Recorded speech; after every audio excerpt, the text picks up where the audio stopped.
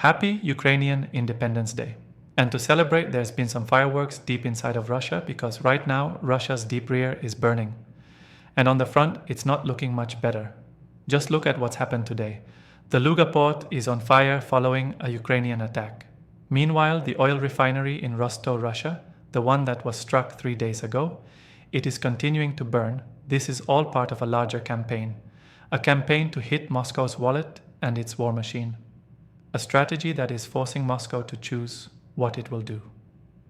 Chase down drones across its massive airspace within Russia, or thin out the air defense that's given to its front lines. The Kremlin is facing a very difficult decision, but time is ticking. And at this point, with a thinning wallet as well as thinning air defenses, time is running out for Russia. My name is Jason Smart, and I'm a special correspondent for the KF Post here in Kiev, Ukraine. So the fires at the Luga is fought. A war that works in Ukraine's interest, not Russia's. Because Ukraine is actively shaping the battlefield. It is making it impossible for the Russians to wage war as they anticipated. So look at the attacks which are now quite regular on the Russian railways. As we've discussed this before as well, the Russian railways are incredibly important. Born in 70% of transport for the Russian military goes by rail. When these facilities are attacked, we see the immediate effect and the long-term effect. So the immediate effect, okay, trains have to be rerouted, and it's also going to make it more difficult to get supplies to soldiers. But in the long term, there's another effect, which is that Russia, due to the fact that it simply had never had plan Bs for a lot of its train infrastructure, is now being forced to investigate other options. What does it do if its facilities are attacked? And given the limited money that Russia has, that's a big problem because it can't necessarily just build new facilities. Building new railroad facilities is not very quick and not very cheap. But what else this means is this. These military trains, they're supposed to have the fuel, the ammunition, the food for the soldiers. Railways collapse, troops undersupplied. They're all being delayed, and that is making the Russian troops on the front weaker, and this gives Ukraine an advantage. So let's take a look at what this means on the battlefield. Look what happened earlier today. While the rear back in Russia is burning, the Ukrainians are making gains on the front lines. The Marines of the 37th with the 214th retook Zhenihai in Donetsk. This closes the road and thus eases the pressure downstream towards Pokrovsk. Ukraine holds initiative and it's using precision to attack the Russians. It's not on the Russians to rope them into something that they cannot handle. The Russians would love that. They are being strategic and smart. And now the Russians are having more and more problems. Their logistics routinely have problems. If you read Russian Telegram, you routinely hear the Russian troops complaining. They're making their videos to Vladimir Putin, asking him for assistance to do something about the fact that they're undersupplied. So Ukraine's attacks are immediately affecting how this war is being fought. And when you look at it in the bigger picture, you come to a realization. The Russian troops are becoming panicked. And in Moscow, they're quite concerned. But across Russia as a whole, there is a seeking sense that maybe things are about to get much worse. However, how often do you see this in the Western press? Which is why this channel exists. To tell the truth about what's happening here in Ukraine and what's really happening in the neighboring country, Russia. What is really occurring. And unfortunately, many people believe the Russian propaganda and don't realize that, in fact, it is Ukraine that is winning. It is Ukraine that will win. So, please help me get this message to more people. Help me to get this perspective to others. All I ask of you is this. Please like this video, please subscribe to this channel, and consider becoming a channel member today. So, Ukraine is on roll. It's been attacking these facilities. It's been attacking things that Russia thought would never be attacked.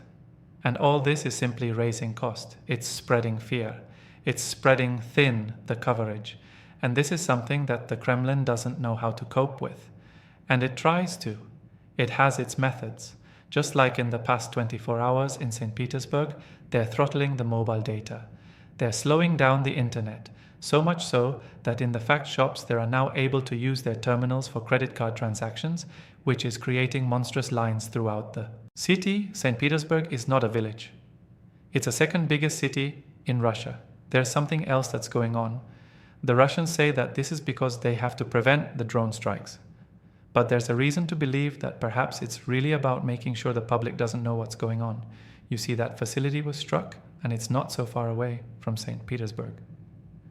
And so if you slow down the internet, and just enough, the people won't be able to read about it. Certainly, Russian national TV will not be mentioning that it got struck. Would that be possible? Would the Kremlin do something like that? Well, let's have this in mind. You've seen that they've already tried to ban Ukrainian Marines take ground in Donetsk Facebook, Instagram, WhatsApp, and others, and now they're seeking to ban Google Meets. Now, the excuse they gave in that specific case was because there's too much fraud using Google Meets. The fact is, very few people use Google Meets. But why would they have this accusation of fraud? Well, it's the same accusation they made as why you can't take money out of your bank account. In order to combat fraud, they're preventing you from taking out your cash. That's interesting. Perhaps the reality is there's not enough cash in the banks, and this is to prevent bank runs. How about they really don't want you to have Google Meets or WhatsApp because they want to be able to monitor you, to surveil you, and if you have something that's outside of what they control, they cannot surveil it, and fraud is just a pretext. In fact, what did the Russians recently announce? Maximum, the new app, is conveniently force-installed onto everyone's phone. Now it is known to already copy all your photos, copy all your videos, copy all your text, as well as copy your keystrokes and securely transmit them to the Kremlin. However, now it's become very clear that it's not so secure. And in fact, all this data stolen from the millions of Russian citizens can become lost. It can leak. So, when we hear the Kremlin narrative, it says something. It says something like this: we are interested in your security. We're interested in combating fraud. And hence, we will not allow you to take out your money. Hence, we will not allow you to have Google Meets or WhatsApp. We're not doing this because we want to censor you. We're not doing this to work against you. This is a free country. We're doing this to defend you. That sort of Orwellian doublespeak is something that the Russians are very flint in, and other times they say things that seem just crazy. In fact, Russian TV now is saying that Estonia, a country with a population of 1.3 million people, is preparing to invade Russia, population 140 million. Now, why would they really do this? Do they really think that the Estonians are going to invade Russia? That would seem pretty improbable. It's more likely they're doing this to just as typical claim a foreign threat, which then explains domestic failures. It is actually being done as part of a forewarning. It's preparing the audience for new crackdowns and fresh mobilizations that Kremlin cracks down, internet throttled, are coming. So always the Russians will have some sort of excuses. They'll say that this is something being done to help the public, or as they need to combat some sort of a foreign evil. But the reality is a little bit different. The reality is very simple. The Russian government has no idea what to do. It has no idea how to win on the front and within Russia itself, how to control the situation. The situation within Russia is pretty grave. It's in fact very bad. Russia is dying out as a country. Look at its demography. New reports that came out today cite a drop of about 10 million people in Russia. That's a lot less people. And what's incredible about it is that it's not going to get better. Russia actually has some of the worst demographic data in the world. So bad that now they're proposing new laws, including just last week, the parliament is now suggesting that you can only have as many pets as you have children. So if you were to have 1 dog and 1 cat, that means you have a minimum of 2 children.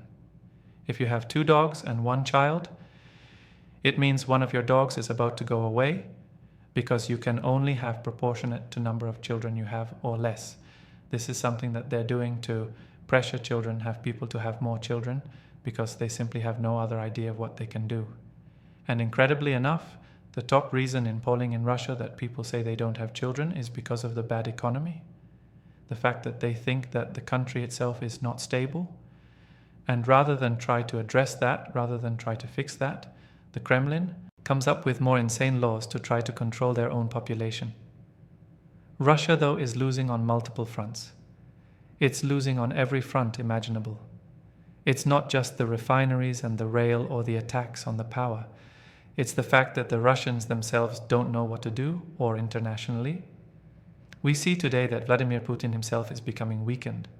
The war at this moment might in fact be preserving his power and might give him the justification of why he has to do what he's doing, which is why many people that study Russia and study Putin argue that he might not want peace. Peace puts him at risk. No longer is it necessary to have a strong leader. And the elites at this point are starting to see a leader who, how can he justify losing Ukraine? How he justified to those elites who any day could overthrow him that in fact we won in Ukraine. These people realize that Vladimir Putin is dragging the state down. And undoubtedly those in the inner circle, those in the elites, will always put their interest first. They will save themselves before they think twice about what happens to Putin.